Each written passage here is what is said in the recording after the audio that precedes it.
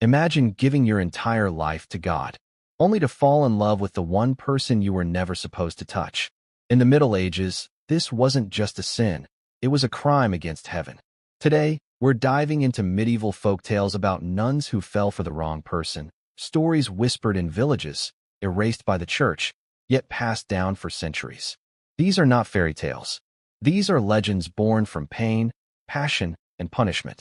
And by the end of this video, you'll understand why some people believed love itself could perform miracles.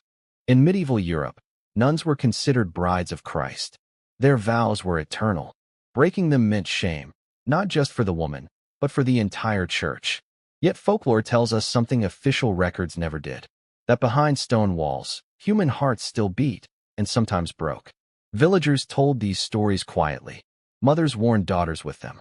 And monks wrote them down, not to celebrate love, but to warn against it. One of the most famous medieval legends tells of a young nun who fell in love with a wounded knight seeking refuge. She was supposed to heal his body. Instead, she healed his loneliness. Night after night, they spoke in whispers. Then prayers turned into promises. But love leaves traces, and the convent discovered the truth. The knight was executed. The nun was sealed alive inside a stone cell, left to pray until death. But villagers swore that every night, a woman's voice sang hymns from inside the walls long after she should have died. Another folktale speaks of a convent bell that rang without human hands. The legend says a nun fell in love with a traveling musician. When discovered, she was drowned as punishment. Days later, the bell rang during storms, always at midnight. People believed it was her soul calling out, reminding the world that love doesn't drown easily. The church called it superstition. The people called it justice. One of the darkest medieval folktales tells of a nun and a monk who fled together. They were captured. Instead of execution, they were buried alive, face to face, as a warning.